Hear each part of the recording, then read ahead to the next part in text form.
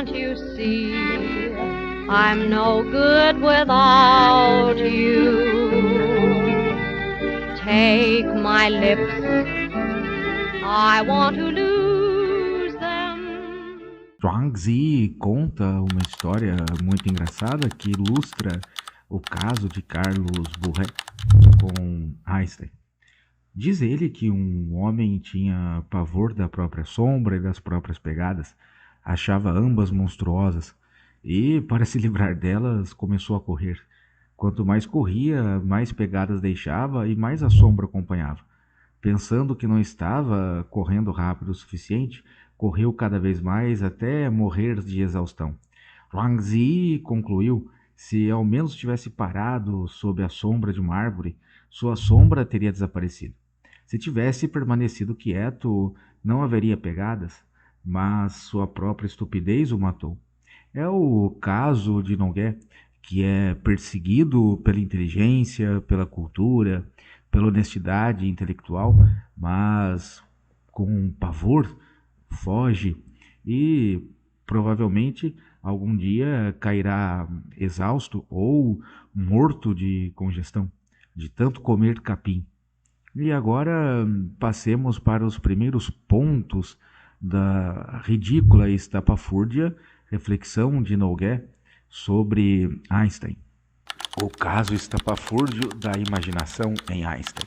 É claro que começamos ignorando o que Noguet diz sobre Einstein acreditar ou não em Deus. A crença em um Deus pessoal, um Deus impessoal, ou em uma força da natureza, ou em nada, é totalmente irrelevante em relação à obra de Einstein. Mas começaremos pelo primeiro absurdo que demonstra já uma grande distorção na pesquisa ou estudo ou zurro de Noguet. Ele cita uma frase de Einstein, abre aspas: a imaginação é muito mais importante do que o conhecimento. Um raciocínio lógico nos leva de A a B. A imaginação nos leva a qualquer lugar que quisermos. Fecha aspas.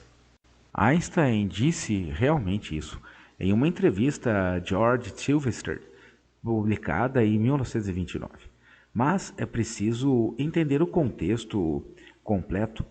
Ele disse ainda, abre aspas, pois o conhecimento é limitado, ao passo que a imaginação abrange o mundo inteiro, estimulando o progresso e dando nascimento à evolução.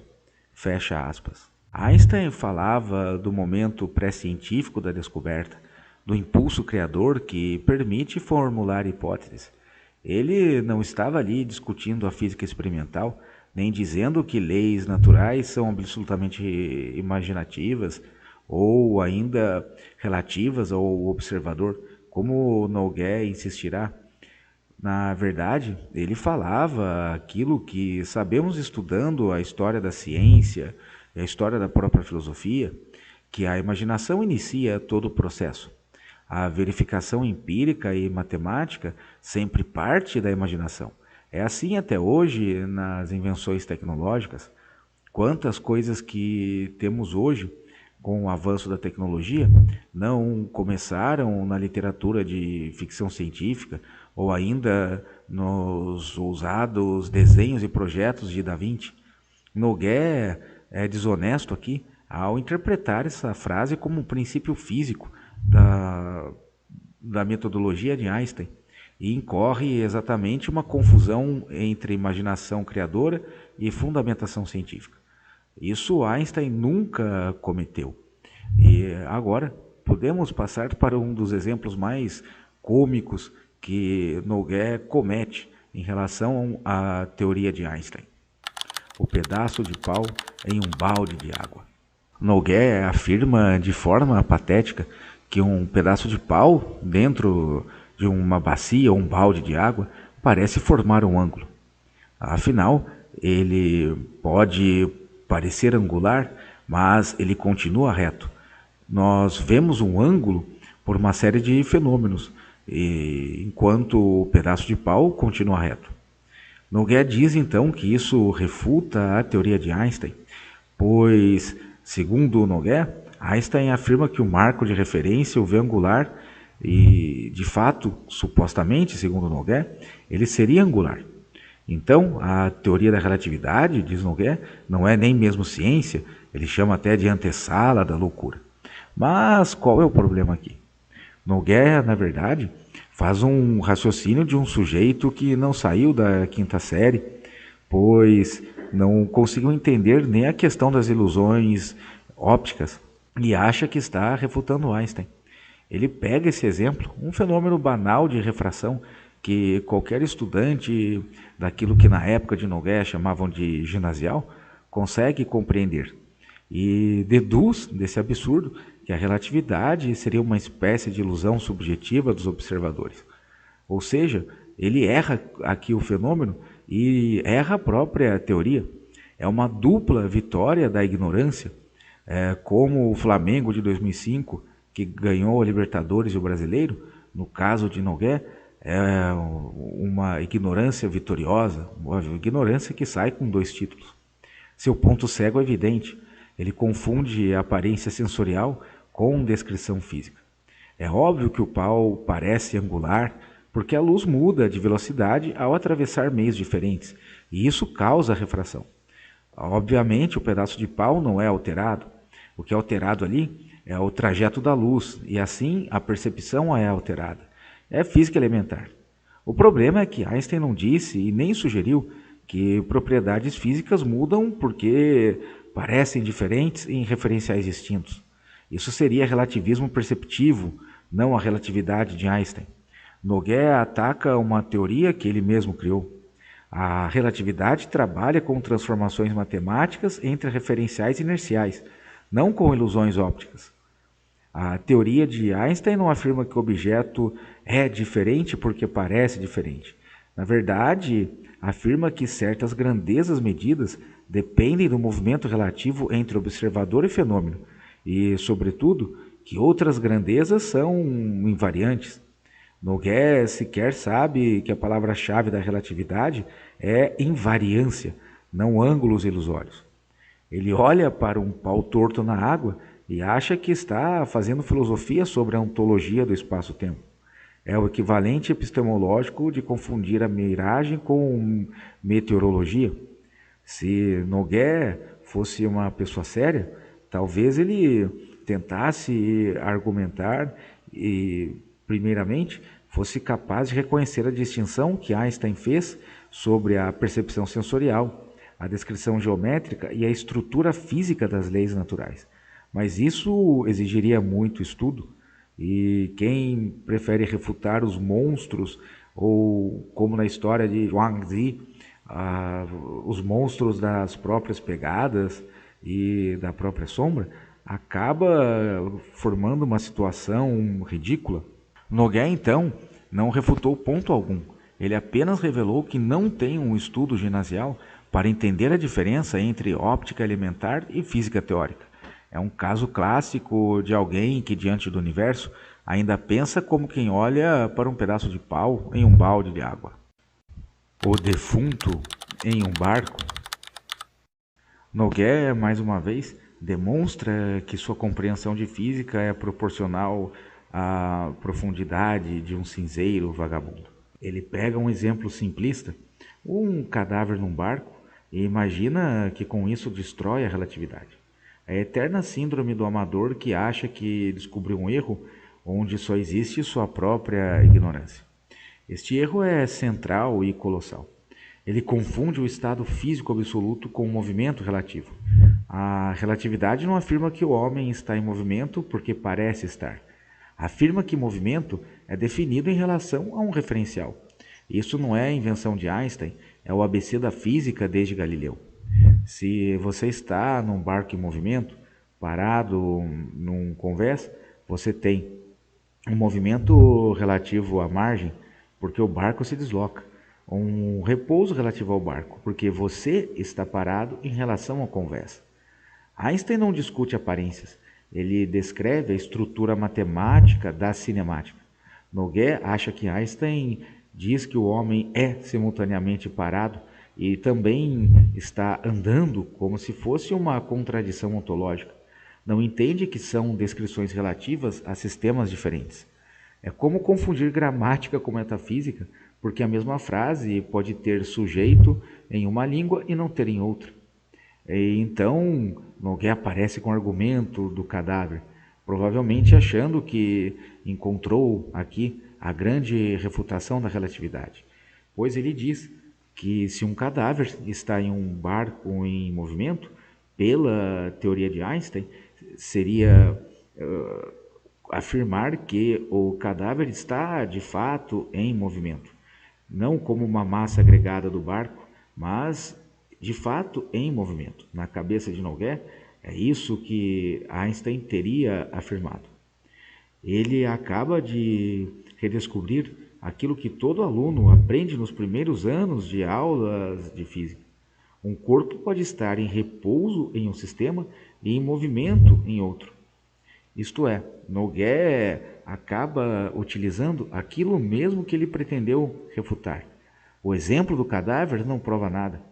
O cadáver aqui é apenas uma massa que compartilha o movimento do barco em relação à margem, mas está em repouso em relação ao barco.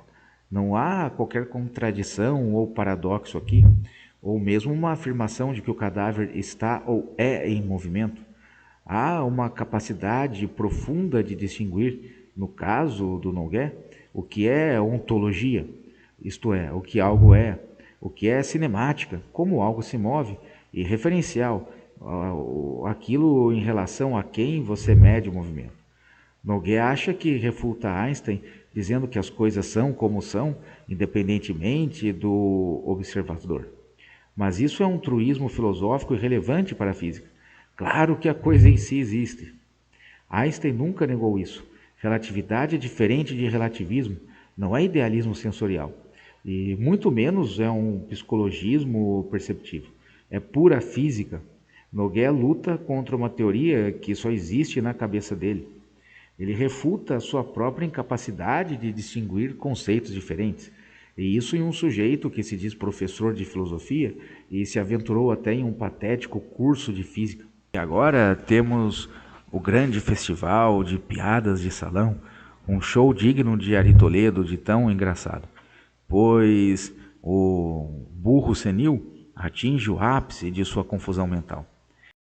Ele decide que mecânica quântica e relatividade são pitagóricas, sensistas e quase berkelenianas. É a prova definitiva de que a operação de Nogué é um plano sofístico, isto é, puramente verbal. Ele brinca com nomes, escolas, rótulos, como um doido que atira arroz na parede esperando que algum grude. A filosofia para Nogué é apenas um catálogo de ismos. A física, na boca de Nogué, não passa de uma piada grosseira. Pois, vamos lá. Primeiro ele diz que a mecânica quântica deve ser reaplicada e alterada, porque ela seria excessivamente, talvez, segundo ele, pitagórica. Isto é, baseada na crença de que tudo é número. Mas aqui vem um detalhe muito irônico. A física moderna é matemática porque a natureza é estruturável matematicamente. Não porque os físicos fazem juras secretas a Pitágoras. Confundir a formalização matemática com ontologia numerológica é um erro que não se via desde a teosofia de Blavatsky. Einstein, Planck, Heisenberg não eram nem um pouco pitagóricos, eram físicos. Nogué vê números e acha que isso é uma espécie de misticismo. Parece um velho ignorante que nega a ida do homem à lua. É puro analfabetismo matemático. E é aqui que Nogué faz o seu ataque ao marco de referência em uma forma ainda mais grotesca. Ele repete seu erro anterior, confunde a estrutura operacional da física com a filosofia da percepção. Em relatividade, referencial é um sistema de coordenadas, e coordenadas são convenções úteis, não opiniões. Nogué transforma isso em teoria da percepção sensorial. É como alguém pensar que Mercator era empirista só porque fez mapas. E ele continua ainda no tal delírio berkeleniano, e aqui ele ultrapassa todos os limites do ridículo. Ele diz que o pilar de Einstein é falho, é quase berkeleniano, Berkeley defendia que ser é ser percebido. A existência, para Berkeley, depende da mente. Isso é um idealismo fenomenista. Einstein é o oposto disso. Ele rejeitou qualquer forma de subjetivismo perceptivo. Basta lembrar de sua frase muito famosa: a Lua existe mesmo quando não estou olhando para ela. Einstein passou décadas combatendo interpretações subjetivas da mecânica quântica. Nogués, por pura burrice, coloca Einstein ao lado de Berkeley, ou seja, iguala o antagonista ao alvo. É um malabarismo filosófico digno de participar de shows de piadas. E ele continua em seus erros filosóficos. Ele acredita que, por conta da física utilizar referenciais, ela depende da percepção humana. E, de novo, é o erro de confundir o mapa com o território, o cu com a calça, a régua com o comprimento, o relógio com o tempo. O referencial não é quem percebe, é como se mede. A física moderna é uma ciência de invariâncias, justamente para eliminar subjetividades. Newton também utilizava referenciais. A diferença é que Einstein os generalizou. Nogués interpreta isso como subjetivismo, o que é pura incompreensão. Ele não entendeu Pitágoras, não entendeu Berkeley, não entendeu Newton e não entendeu Einstein. Nogués apenas criou um plano delirante onde todos se encaixam no mesmo saco. O resultado é uma salada conceitual que só impressiona outros burros como ele. Pessoas que não são capazes de diferenciar um princípio físico de um palpite metafísico. Um erro muito comum em quem ainda segue ou deixa a cabeça ser tomada por modelos ultrapassados, aristotélicos e tomistas. Nogués está preso às ilusões de sua própria percepção. Ele diz que a mecânica quântica precisa ser reformulada, confunde inclusive a teoria da relatividade com mecânica quântica. Mas o grande relativista aqui, isto é, aquele que vive em sua própria incapacidade e tenta fazer dela uma verdade e um argumento coerente, é o próprio Carlos Sounzé.